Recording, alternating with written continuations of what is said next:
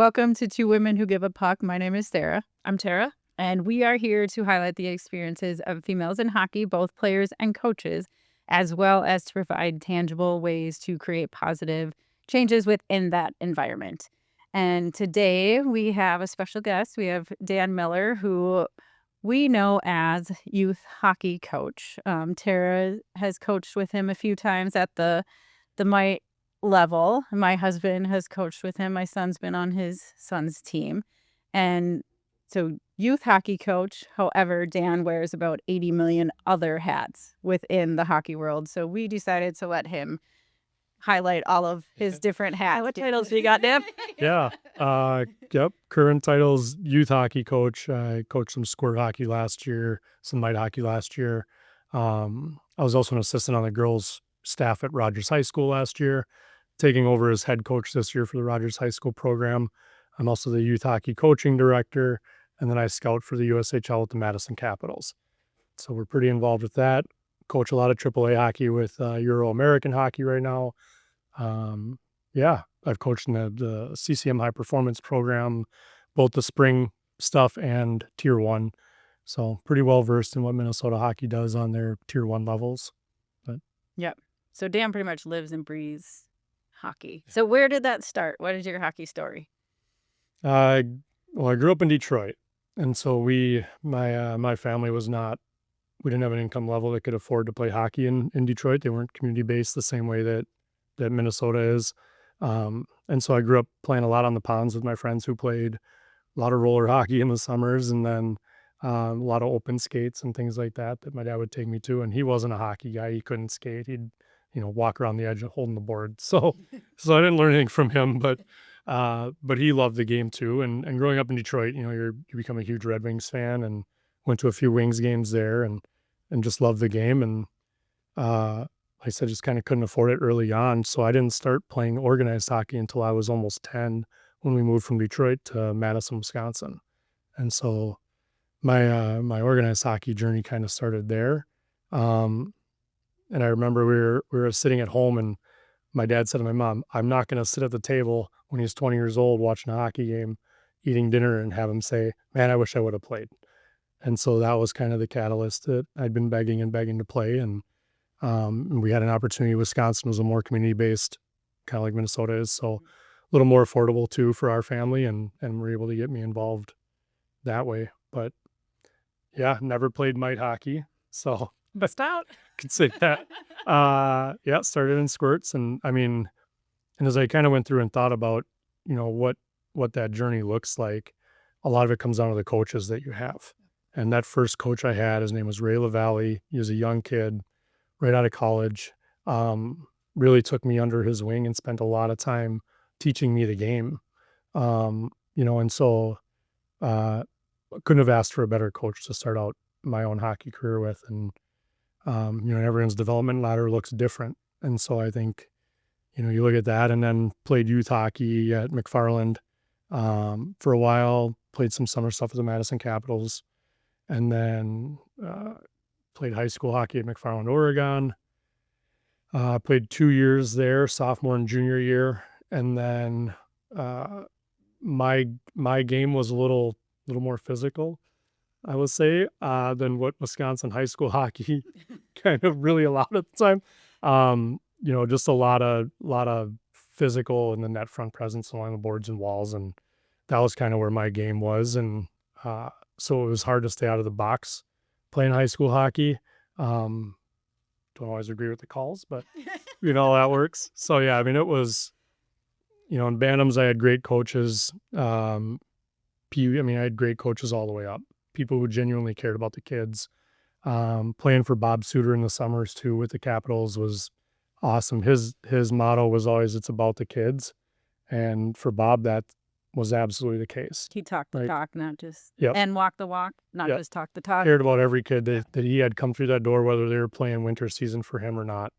And really took the time with everybody to make sure that they were getting what they needed out of, what he was offering for that. So Bob was actually a huge catalyst for my coaching career, and I can get to that later too. But yeah, played high school hockey, and then after my junior year, playing some summer stuff at the Caps, and then my older sister had taken a trip around Lake Superior that year, and she met a boy, Wow. and and he came down and skated with us, and he was playing junior B up in Ontario at the time, and watching him play and his grit and his physicality level matched what mine did, and he kind of talked me into trying out that summer before my senior year, and so went up and made a junior B team in Ontario. And again, that ladder of development is different for everybody. Where a lot of guys in Wisconsin who left high school hockey early, right? Unlike Minnesota, you get a lot of guys who leave for the USHL early back there.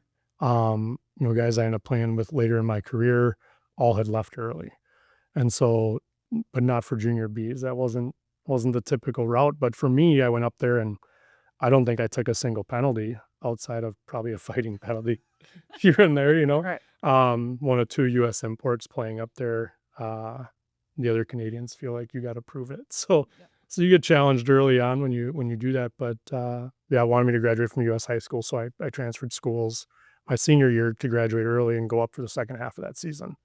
And it was awesome. And I loved it up there. And then went back up the start of the next season. About a third of the way through the year, got traded to a U.S. Junior A team over in Spooner. So I played in the SIJHL, which was still Canadian Hockey League. Um, and so, but yeah, it helped me really focus on the areas of the game that I needed to grow. From a puck moving standpoint, I handled a lot of pucks and a lot of touches in games, and was able to kind of take a leadership role up there too, with how I played, and um, my physicality matched that type of hockey, and so I wasn't sitting in the box 3 or 4 times a game the same way, and getting those minutes back from development was huge. I think over that senior year I had, where half of it was spent up there, um, so my game elevated tremendously compared to what I was doing in high school hockey. So, um, yeah, and then after that, had a couple Division I offers, not necessarily places I wanted to go at the time for different reasons, but um, great people. Sometimes I look back and I'm like, I shoulda, maybe I shoulda. But through that process, I knew that I wanted to play Division I hockey somewhere, because I didn't really think that had been maybe in the books for me right away. And so just late development for me, and again, started late, developed late. Um, Called Mike Eves at Wisconsin and asked him if he'd come watch me play. So he came out and watched me play in the Great Lakes Hockey League, which was a senior A semi-pro kind of league. Um, and he liked what he saw and offered me a preferred walk-on spot for the 06-07 season. Um, so yeah, I played in the Great Lakes Hockey League for a couple of years, and then jumped over to Wisconsin and broke my leg in skating out there. And so career was over. And I remember I went through 5, 6 different surgeries, and I think I'm up to 7 on it now, but Yes. a lot of repair work on it. So one of those, career ending stories, but there's a lot of them out there. So, but I remember at Cap Ice, I was trying to come back that next summer. We were skating, our captain's ices were out there, and Bob was working in his shop, and I knew I was 3 steps slow, and I just didn't think I was going to get it back after all that. And, I kind of said, well, what do I do now? He was like, you coach. I was like, Bob, I'm 23 years old, 22 years old, wherever I was. I'm like, what do you mean coach? He's like, yeah, get into coaching. He goes, you know the game, you love the game, get into coaching. I said, well, what do you have for me? And he said, I've got U16 girls. That's okay. So jumped on as a volunteer assistant with U16 Madison Capitals girls, and loved it. And I still have some people that, you see on Facebook from that. And so you still follow along and you see the lives they've created for themselves. And a lot of them have kids now too that are in hockey. So it's really cool to just see that. Are they coaching? What's that? Are they coaching? Some of them are. Yeah. Yeah. That's Yep. awesome. Yep. Most of them still in the Madison area. So yeah, no, a lot of them are still coaching. Yeah. And it's awesome to see that too. But yeah, that's kind of how my hockey career went, and then how I got into coaching, and moved up here and moved across the street from a kid that was playing over at STMA. Met my wife at Wisconsin, and so she was from Maple Grove. So that's kind of how I ended up here in Minnesota. But um, yeah, and they said, well, you should coach. And so called Jared Johnson over at STMA at the time, and he said, "Yeah, let's do it." And been coaching high school hockey ever since. So 16 years on the boys' side, and this will be year number 2 on the girls. So I did How many state championships? one state championship. That's important. Yep, that is, yeah, five state tournament trips, and I mean the championship was incredible, and that was so I guess we should go. So I was coaching at St. Michael for 6 years, went over to Monticello for 6 years, and we made 3 state tournament runs while I was there. Obviously 2017 was an incredible ride because we'd never been, and we made it all the way to double overtime with Hermantown in the championship game. But it's a hard place to win, and and I think a lot of people don't always realize that until they're in that fire, just how hard it is, one, to get there. Those section final games are so hard to win. It takes everyone buying into their roles. It takes good coaching staff. It takes, just tremendous effort all around to get there. But to get there and have a chance is even more special. So, Right. and then jumped over to Cathedral for, I know Eric Nelson at Monty would say the dark side. Jumped over to Cathedral for 2 years, and again, that was through some relationships that I'd had through Tier 1. I'd coached some Cathedral kids there, and I had gone back to STMA for a year in between those two, and then wasn't sure if I was going to keep coaching. Took a new job at Rogers High School, and so coaching out of district was hard. Wasn't sure if that was what I wanted to keep doing, if I wanted to focus on my own kids a little bit more, because I've spent a lot of time away from home and a lot of time away from my wife, who's been tremendous support for me to be able to do what I've been doing for so long now. But Yeah. Well, and with them jumping into the travel hockey too is yep, a lot more of a commitment. different than your Sunday mornings with nights. But Yeah. yeah, so those 2 years at Cathedral obviously made a good impact that first year, made state, and then won consolation championship, went 2-1 there, and then went back the next year and won all 3 games there. So I was excited we saw you on the TV. Yeah. My kids were all watching. Yeah. you We know, know him. We know him. it was unbelievable because you look up in the stands after that game, right? And I mean, there had been it felt like a whole section of Rogers youth hockey kids. Yes. Yep. Yeah. And so all of these kids I've either coached or worked with, or I know their parents, and to look up and see that and see how excited they were, for a program that most of those kids aren't probably going to play in, that was special too. And I think it's, like Bob said, it's about the kids, it's about the relationships. And so, I think that was one of the coolest moments, Right. above and beyond winning it, Right. that's great. That's great. People were there to support you too. Yeah. Just the players. And that's a testament of Minnesota hockey community, because it's not the same. Like, our kids play different sports, baseball, lacrosse, and it's not the same. No, Not even close. community, the same group. Like, you don't get as close to the parents and the kids, I feel like. I know all of us coach, so it's a little different. We get to know the kids Hockey just takes better. so much time too. Yeah. Yep. A lot of time in rinks. You got a lot of that downtime too, where you can interact with each other, especially as parents. I think coaches obviously are down in the coaching room, and we're trying to tie skates and do all those other things with the little ones, right? Yeah. But you're there early because you have to be, so they can get their gear on, and Yeah. you're there late because they're getting their gear off, or you got little rink rats who just don't want to leave, and Yep. you get a lot of time together for sure. Yeah. And that's great. A lot of out of town tournaments, where you're able to really connect and build relationships and get to know each other, good and bad sometimes. You become like a family, right? Yeah. Right. But yeah, it's Minnesota hockey has something that, and I can say it because I've been other places, I've played other places. Other places don't have what we have here, Right. and it's pretty incredible. Right. So Right. And your story too shows that there's so many different paths to higher level hockey as well. I think, being in the hockey community, even in Minnesota, sometimes they get a little aggressive from the younger ages with, creating a D1 player. And sometimes that can take away from the experiences and that community. So that, I know we've had a few conversations kind of Around the command-based model. Yeah. Just Well, focusing on that community-based model. yeah, and you had mentioned that a lot of those kids will never make it to a game like that. And that's the great part, is that they still have a place and that there's still coaches that care about them. And there's still teams and communities and associations that support them, even if they're never going to make it to a high school team. And that, I think that's really special as well. Yeah. So, yeah. Now you coach high school with the boys for a number of years, 16 years. And then you spent the last season with the girls. And then coming up, you'll be the head coach with the Rogers Yep. varsity girls team. So this being, having a focus on the female athlete, we wanted to have you on because you have such a experience and knowledge with both of those spaces. We'll go experience. I never feel like I have enough knowledge. Right. Because every year is different.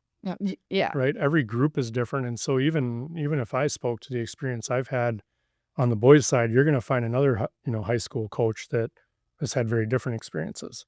And so, and I feel, again, a lot of it comes down to coaching, but I feel like I've had great mentors in Jared Johnson and Eric Nelson and Robbie Stocker, right? Emily Ochterkirk, who led the girls program up until this year, and she's going to stay on staff with us, which I think is fantastic. She had a kind of a promotion at work that led to her deciding to make a change. But I couldn't be more excited to coach the girls. Yep. It was so much fun last year. I mean, our record wasn't great, right? And really, really young. Mm-hmm. And so that was kind of an eye-opening experience too, because it seems like you get a lot more younger girls programs. And again, that's speaking from my experience, but yeah, I mean, over 50% of our roster last year was freshmen. And whereas on the boys' side, we hardly ever had a freshman unless they were a Johnny Hirschfeld or, a Wilson Dahlheimer or somebody like that. I mean, like Wilson played his freshman year, if I remember correctly. But right, but that is one of the differences with the boys and the girls is you don't always have a U15 team. Right. Yep. So a lot of girls are moving up earlier. And then like in our previous podcast, there was talk about around the ages of 14, a lot more female athletes stop playing and drop out at a rate twice the number as the boys. So that's going to impact the teams when you're getting them at that high school age. Yep. And so that's kind of what we want to reverse that and have those girls, continue on to play and get more girls playing so you can have more opportunities to play at a U15 so you don't have to jump into high school as early and you just have those stronger programs. Yeah, and let that long-term athlete development model kind of play out. Yeah, and I think that's, something we looked at last year was we had a very wide skill gap, right? We had a lot of new to hockey girls within the last couple of years too at Rogers because they love the game and they want to play it. And there's space on our roster to do that. I know not everywhere is like that. Some of your bigger programs, they're making cuts, whereas we're welcoming new skaters into our program. Yeah. And so, really trying to work with and find what works for those girls to try and bring their skill gap up a lot and try and close that. So it's working with a wider array of skills for sure, at least in our program this year. But I think over the next few years, you look at what we have coming up, and the youth program's done a really good job developing the kids that are on their way up. And it's, really looking forward to what we've got this year and in the future. So going from the boys program to a girls program, what are the differences that you notice between kind of the male and female athletes and their mentalities, and how the best way to approach them as a team and as individuals? Yeah, like I said, every year is a little different. Last year for us, it was a lot of teaching. And so, whereas a lot of times on the boys' side, in the places that I've been able to coach, the skills are already there. Now it's just fine tuning everything. So it's really breaking down technique or technicality of things, or, really finding what system works for your group, because it's not always cookie cutter, right? Like 2-on-2 is great, but it's not going to be the right fit for every group you've got. And so then it's, again, trying to teach some of those concepts that maybe hadn't been taught or they hadn't learned them yet. They never played it at a level that it mattered yet. And so, Yeah, I think the girls listen better. So to really answer your question, when you bring them in and you talk at the board, you drop a drill, they're gonna go out and do it. And, and I think you get a little bit better focus than you sometimes do with the boys. Um, Little less shooting pucks, after you blow the whistle kind of stuff. Um, but I mean, sometimes it's almost too literal. Yep. And I know we've talked about that through the youth side too, like developing that creativity too, where it's not just because I drew the line here doesn't mean that's exactly where I want you to go. Or just because I made a direct pass on the board doesn't mean I don't want you to go indirect ever. And so, I think it's finding ways to allow some autonomy in that creative thinking. Yeah, and I think a lot of that stems from, girls just have this not like fear of imperfection. Yeah. So they're really focused on like, What's the right way to do it? yeah, and afraid to do things unless they know how to do it. And so that's where kind of that extra focus, I think, comes from. So what have you been able to do to help them kind of build that trust in like you and themselves so that they can, oh, I can step, out of line here or out of this box and be Yeah. just kind of Mind that creativity. yeah, my Yeah. own hockey player instead of, always following all of these, perfect lines. Yeah. Encourage it, build it into drills where, there's maybe less parameters, a lot of small area games, where they've got to kind of think their way through that. Um, Sometimes it is putting parameters in place, like, okay, you can't shoot from out here, and then they got to figure out how to work their way. Maybe it's in tighter to the net or behind the net. Um, and just giving them a little more of that creative freedom within a drill, but then also encouraging it, and positive reinforcement too, I think is huge. When someone does make a creative play, it's rewarding that and saying, yes, like that was awesome. You didn't have the look you wanted. You took space outside. Maybe you made an escape here and then found someone else. Like that's great. And so, I think again, comes down to relationship building though too, right? Like, because sometimes you have to challenge a player on certain things. And so, how do you challenge them the right way? But getting to know who they are and how they react and all of that is, I think, key to being able to do that. Yeah, for sure. Yeah. Well, I had heard a phrase where boys play good to feel good and girls have to feel good to play good. So kind of that opposite way of thinking. So if you are coaching females, I think sometimes you have to focus more on that positive reinforcement to then Yeah. get them to play good, where boys, if they play good, they're feeling good. So it's kind of that reverse. So it's a little, I would Yeah. think, kind of a different And I approach think possibly. some of it's probably because the girls' game hasn't been around as long, right? And so, um, the girls having that kind of development is still, a couple decades behind where the boys were at. But I think even with the boys, positive reinforcement was huge, Yes. right? And and let's say the boys get down on themselves, right? And I was the same way. They're really really hard on themselves, but some of the girls are too. Mm-hmm. And so, I don't think I wouldn't say there's huge differences, and good friend of mine coached Orono girls for a little while, Sean Fish. He's over at STMA High School now. Um, I I called him and asked him when I jumped over to the girls' side. I said, "What's your advice for me on the high school side?" He said, "Coach them the same." And I think as my coaching has developed, right, like the way I coach now is not the same as the way I started coaching at 25 years old, Right. on the high school side. And so I coached more like, how we'd been coached through juniors in college where it was hard. Um, and as I've gone on, I've realized that's not that transactional way of coaching isn't as successful, I think, as the transformational way of coaching. Right. Do I step my foot in the transactional every once in a while? Yes. Um, Probably more with the boys because to hold them accountable a different way, they respond a different way to that.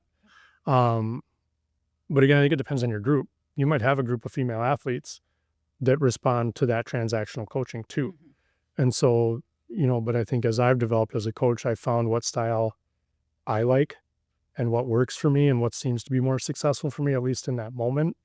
Um, and boys and girls, same thing. I think it's more that transformational supporting them. Right. It's getting to know each individual player because there's a wide array of personalities in boys and in girls. If you think of, aggressiveness, there are boys who are super aggressive and boys who don't even want to go into the corner because they don't want to get hit. Yeah. And then you have that same array on the female side.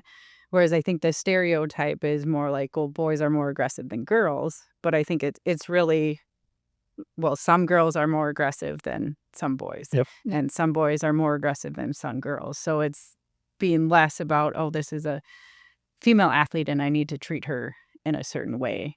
And this is a male athlete, but actually getting to know each of the individual athletes. Because there's some girls on my team that, you have to be more forceful in order to get them to pay attention.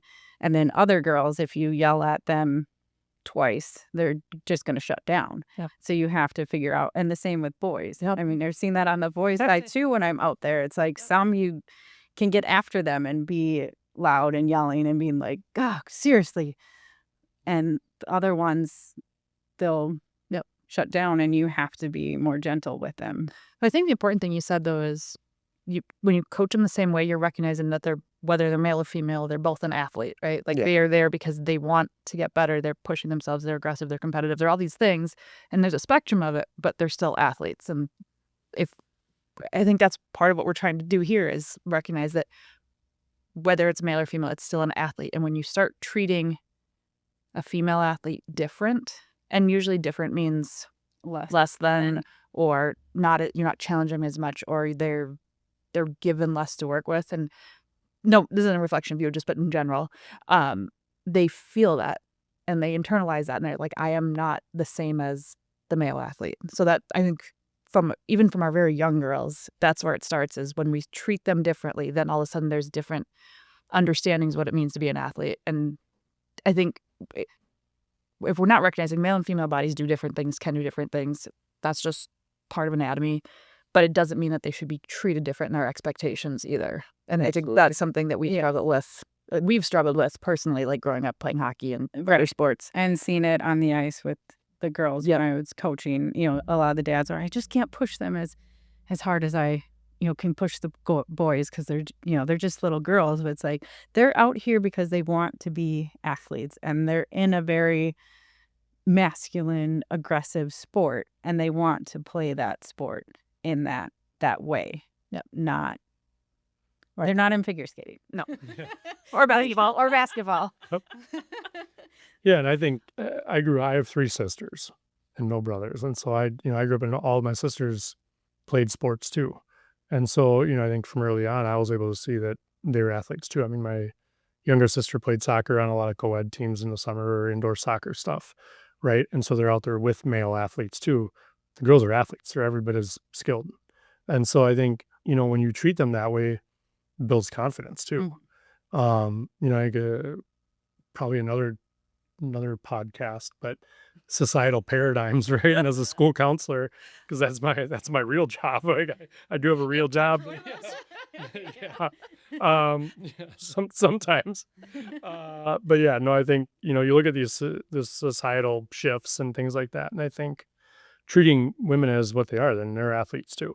Yeah. And, sometimes you hear comments from boys athletes like, oh, they suck or whatever they want to say. And it's like, dude, they're out there working just as hard as you. Just because it might not look the same right now, like doesn't mean they aren't athletes. Right. And, I think one thing that I really wanted to focus on is coming into this program, this role this year is what we do off the ice is as or more important, especially in these off-season months, than what we do on the ice. And we brought in a guy I worked with at Monty for a long time. He runs all their youth stuff. He runs their high school stuff. He's doing some of their stuff with lacrosse on the high school side. Kyle Nisley is incredible. He's one of the best athletic trainers, like athletic personnel that I've ever worked with. Yeah. And he does an incredible job of treating everyone as an athlete, holding people accountable and pushing them. And he does it in the right way. And, we had a guy at Wisconsin who was just like that, Mike Potenza, He's been with the San Jose Sharks for a long time. I think he jumped over to the NBA for a little while. But Coach P did the same thing. Like, he built those relationships individually with everybody. And Kyle does a great job with that. And we've had some girls this summer say, well, I've never worked out this hard. And I'm looking at it like, man, like, we could go 2 or 3 steps further than we are right now, but we're trying to build you up to that. Because maybe people don't look at it, at least from a dryland perspective, of, oh, these are athletes, they can lift weights too, right? We can push them in the weight room. We can get them into a squat rack and all of that. And again, societal paradigms, right, sometimes tells you that what the perfect female athlete body looks like too. Right. And, I think social media plays a part in that. Not always a good one. Usually not. And even with boys now too, I think they're exposed a lot more to some of those kind of social media influencers that look a certain way. And now boys are trying to look a certain way too. Where you didn't have that 25 years ago the same way that you do now. Girls have always kind of been Had that. Yep. right pushed to that, those the images. Yeah. But now with social media, it's everywhere. You can't get away from it. Right. And so some of the girls will say, I don't want to look jacked. And I'm like, just because we're lifting and working out doesn't mean you're going to get jacked, right? If you want to look like Coach Kyle, it'll take you 5 years to get that way, of heavy lifting. And that's just not what we're doing. We're looking at building our strength and Just getting conditioning and be stronger. Yeah. And, I think when we're, again, my experience, we're so young, and we were young last year, and somehow we're going to be probably even younger this year in some ways. Huge sophomore class, but they were all freshmen last year, right? We have less juniors and seniors this year than we did last year. And so it's really finding what is going to work for them. How do we build that strength over the next few years? What does that long-term athlete development model look like for them? And what does the weight room need to look like for us, right? And to really build that athletic component. But yeah, that's a little different, right? Right. I never had a male athlete I worked with be afraid of looking too jacked. Whereas now I've had some You female gotta athletes navigate that have that. expressed that. Yep. And then it's navigating that a different way and explaining that a different way. But Right. And how have you focused more on, being stronger and maybe how that can translate to, being an athlete or playing hockey? yeah, and I think last year, we play a hard schedule, right? Yeah. And so I don't think our wins and loss records last year especially were indicative of what we had from a talent standpoint. We were just playing older, bigger, faster, stronger teams. I look at Blaine as an example, right? They were probably one of the most physical teams we played, and they pushed us around. And so I think as we've gone into this offseason, that's something that we've talked about as a group of, hey, like, how many of you felt like we got pushed around a little bit last year? Every hand goes up and say, here's where we learn how to not get pushed I around. have a solution for you. I was gonna like it, and we call him Uncle Kyle. He's the Funkle who comes in and he brings some gifts that not everybody wants. So yeah, but he's stepped in and done a great job with our girls too, and he's got a sister and he's got daughters that are high school, ones in college now, so he really understands this age level too, which helps a ton. But again, he's about the relationships, and that's what it all comes down to really is, getting that buy-in and having the girls believe in you and you believe in them and expressing that. But that's not, I would say, unlike the boys' side. Like, Yeah. We, even our cathedral boys, like, we had to express that we cared about them. We had to express that we believed in them. We had to talk some of them into owning the role that they were at, or saying, hey, you need to get stronger in the weight room too. Like, if you want to take that next step to your game, or, for the boys, obviously their opportunities post high school look different. When you've got junior hockey and things like that. And so, it's talking about, hey, like, if you want to play at this level, like, you need to be stronger because everybody at that level is strong. Right. And so, but for girls, it's on the varsity side right now. Like, if you want to play at that level, you've got to get stronger. If you want to play at the Division I level, you've got to be strong. Like, we had Sydney Bailey last year, who's going to the U this year. Incredible skater, incredible athlete, incredible leader. She's strong. Like, and she's going to need to be strong to play at the U next year. Yes. And so it's, and I think we have a lot of girls this year who want to play at the next level. Right. And so it's treating them the same. Coach Fish had said it's coaching them the same way in season and out of season. Because even if their next level looks different, it's still a step up. And so you need to be preparing them. Like that's even in youth, every single, age progression is a step up. So your job is to prepare them for that next step and treat them as athletes and give them the same opportunities to develop. So I want to transition, and this wasn't on our agenda. Sorry, everyone. But I just want to transition to your role as a youth coach and a youth coaching director. What are some of, because Rogers is really lucky. We have a lot of female coaches. What are some of the things that you see that are making Rogers a community and a program where more women want to get involved? And what things can people like Sarah and I that are pretty involved, like what can we do better also to get more women involved in our programs? I think it's the same. I think it's building that confidence in women that they can coach. Like I said, I look at a lot of the girls I had U16 in my first year coaching, and there are a lot of them who are coaching their own kids right now. In the Middleton Wings program being one of them, because that's where a lot of them were from. But I think it's building that confidence. It's encouraging them to do it. It's encouraging them to try it.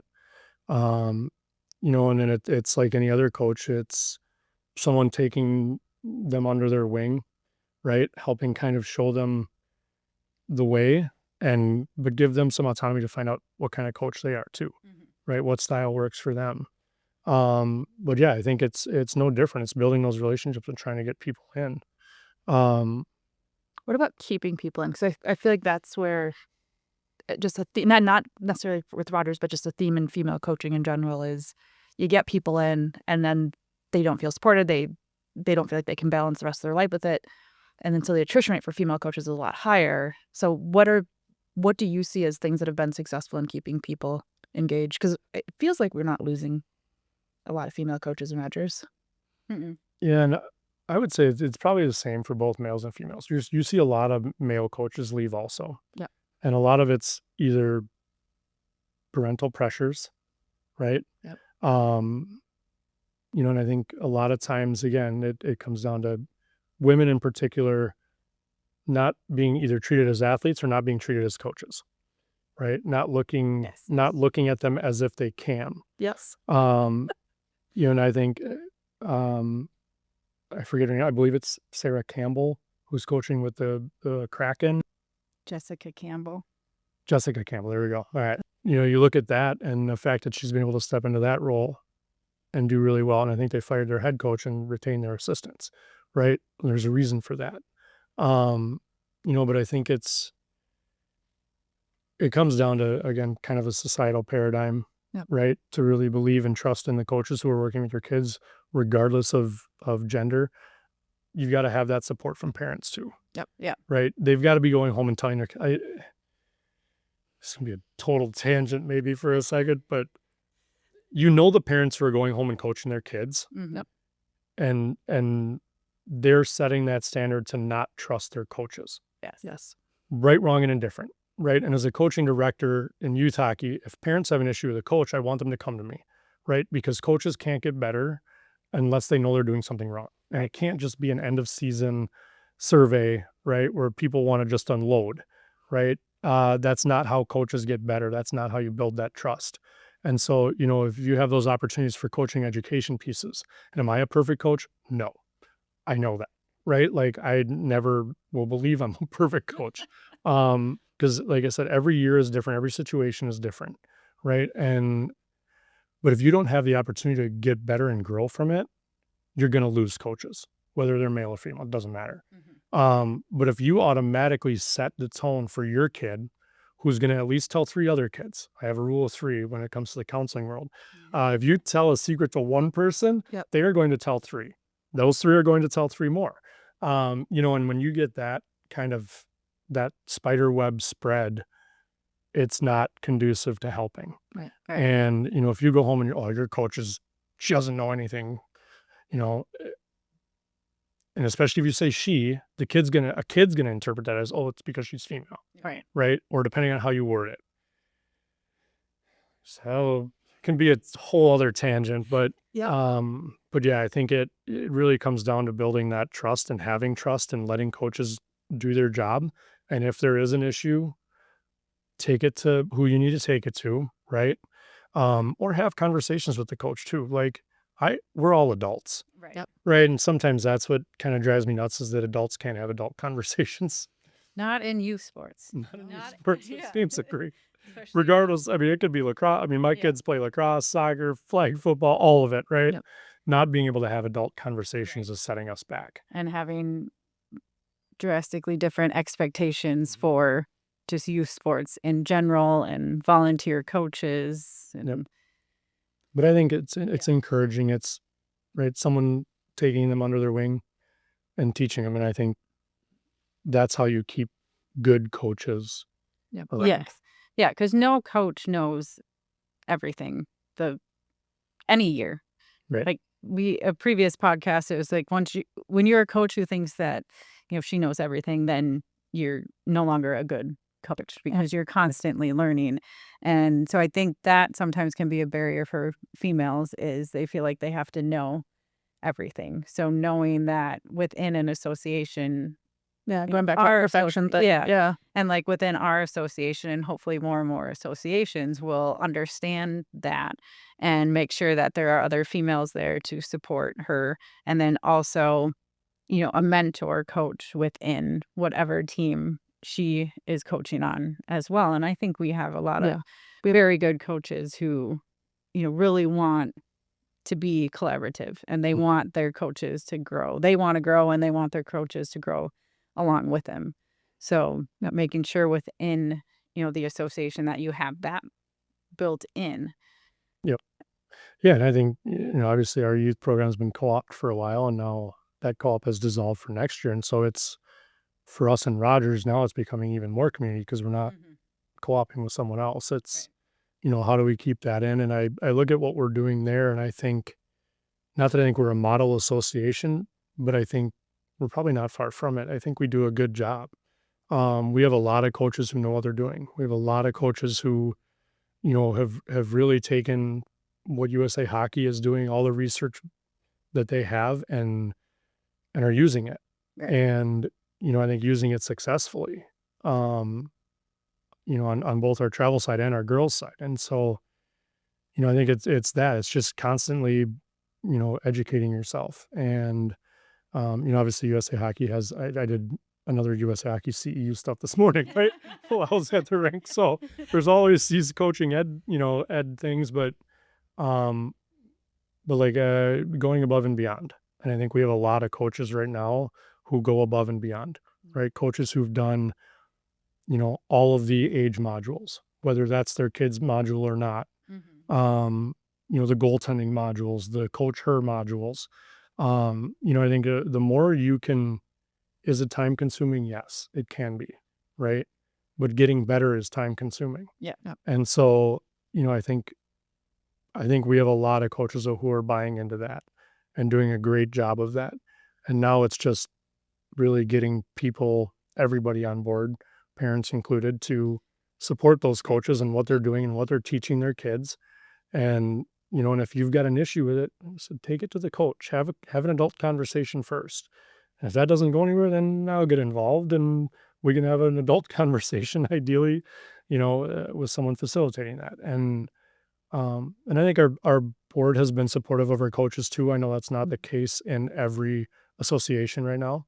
I hear about those things on a pretty regular basis, but again, I think having the support of our board, whether the situation dictates full support or not, also, but then it's taking, okay, well, this is what went wrong.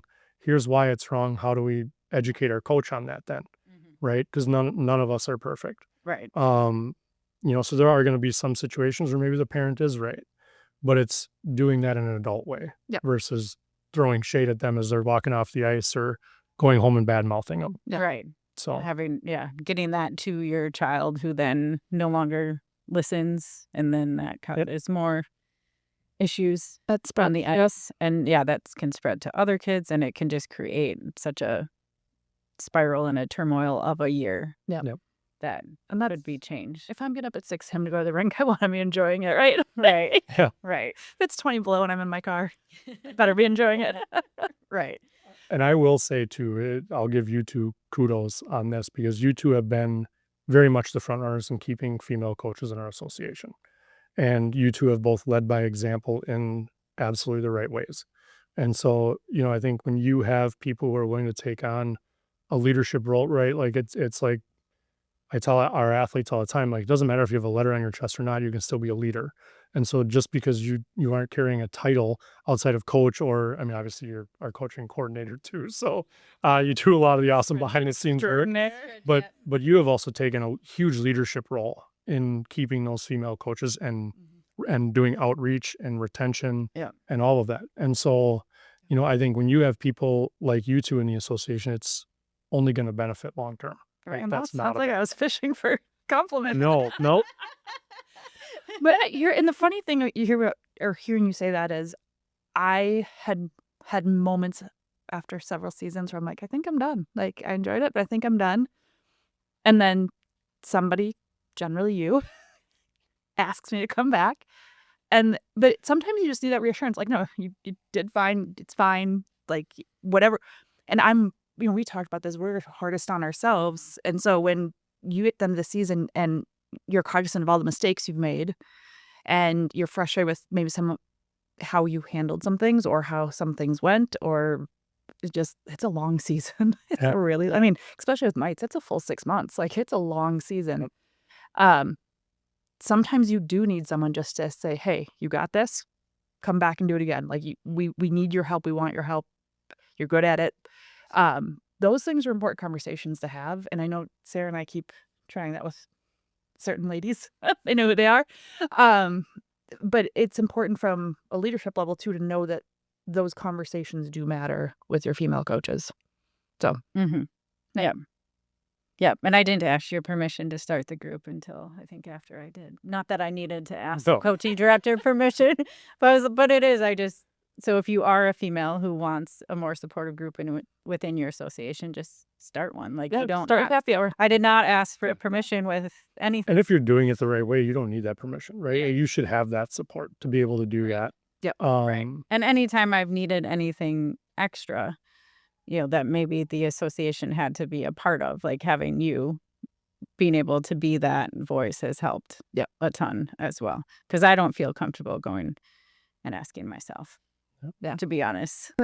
I won't go ask, but if I can talk to you or, maybe someone else But that goes back to that relationship thing. Yeah. The relationship building allows you to ask those questions and to make those requests and to build that part of the program. Mm-hmm. So, Yep. All right. So associations, the best way to retain and attract more female coaches is creating that support system, having those mentor coaches, encouraging them, communicating back to them with, here's the feedback, here's what went well, what didn't go well. You have that, you set that up for your female coaches, and that's going to benefit all of your coaches. And then to get back to the female athlete side, what we talked a lot about is they're athletes. Treat them as athletes. Help them see that they're athletes. Give them those same opportunities, and they're going to want to continue to be athletes. Get to know them on an individual basis the same way that you would those male athletes, and hold them to the same standards. I mean, and ultimately, if you've got good people in place, right, that's best for every kid in your association. I don't care if they're a AA player or if they're a C player. Like, you put good people in good spots, and it's only going to benefit all the kids. And they're going to have that great experience. And maybe they're a kid who doesn't, ever make a top level team. But if they've had a great coach, they're going to love their experience. They're going to want to come back. It's going to retain players. It's going to retain coaches. And really, you're only going to benefit your community from that. And that's what I think is most important. All right, final question. You can ask Tara. I made it up. It is my question. What do you, and I'm not, usually we say what's your legacy in hockey, but I'm just going to ask in general, what do you want your legacy in hockey and or coaching to be? I go back to, right, growing up, Bob Suter, right? It's all about the kids. Yep. And if you can make a positive impact or steer a kid in the right direction on something, it might not even be hockey related, to be honest, right? Like, help someone be like, you know what? He helped make me a better person. You don't even have to say hockey in there, right? That I think would mean a lot if I were to hear someone say it. And I think it's nice to get kudos, but I don't think that's why I do it. But it's hopefully to impact lives in a positive way, Yep. right? And that's, I think, what it really comes down to for me is someone when they're an adult be like, God, I had the best coach, right? Like I do about Ray LaValle and, and Bob and Pat. And so. And probably nothing about how they taught you how to stick handle. Right. Anything about nope, the sport nothing usually isn't what you remember from a great coach. Yeah. I mean, and Mike Eves during my time at Wisconsin, after I broke my leg, he still wanted me to come to games and do stats and just be around the program. And so, it's things like that you don't forget. Yeah. Right. Like the concussions and stuff probably allow you to forget some more stuff along the way. But really, I think you remember a lot of the relationship stuff more than the hockey stuff. Right. Like I couldn't tell you how many, and I didn't have a lot of goals. I'm more of a puck moving defenseman. Yep. But you don't remember all the goals. Like I don't think I remember any of the goals I scored. Maybe one or two that were kind of weird, right? Like something weird happened and I got to score. But like you remember, like I remember my first junior hockey coach, right? I had to live with him too. That was a super weird experience. I don't recommend it. Nice enough guy, but that was a tough one. And so you remember though how people made you feel versus what they taught you. Right. And I think that's what I would want my legacy to be. All right. That works. I'll allow it. It's an acceptable answer. It's acceptable. Perfect. All right, good. Now rewind the tape. We're trying again. Well, thank you so much for being here and sharing having all me. of your experiences on the boys' side, girls' side. And we truly appreciate all that you are doing on the girls' side. And just knowing that you truly see them as athletes means A lot. Yeah. a lot. To them means a lot. To us, it means a lot. To the girls I'm coaching now who, will be growing up to play their way in the soon. program. Yep. Like it's great to know that you're leaving them in good hands. So we appreciate all that. I appreciate hearing that. So, yeah, thanks for having me. It's been fun. Yeah. Good. So, Not too scary. no. Okay, good. Nope. All right. To end the podcast, I want to remind all you ladies out there that we belong in hockey and we deserve to be a part of the greatest game in the world. And remember to invite somebody else in.